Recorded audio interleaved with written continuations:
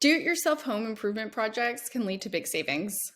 But as a licensed real estate agent, I'm here to tell you it's better to leave some tasks to the pros.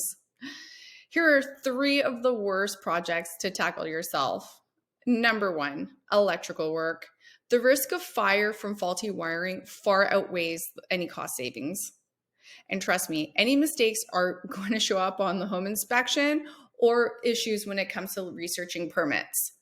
Number two, adding a bath or shower. Same thing. Leaks from poor plumbing can do serious damage to your home, and you generally need a permit for that type of thing. Unless you're skilled, don't try it. Number three, installing new flooring. I know it's tempting, but it's harder than it looks. Consider yourself warned. So, are you ready to call a pro? Reach out to me, and I'd be happy to send you a list of referrals.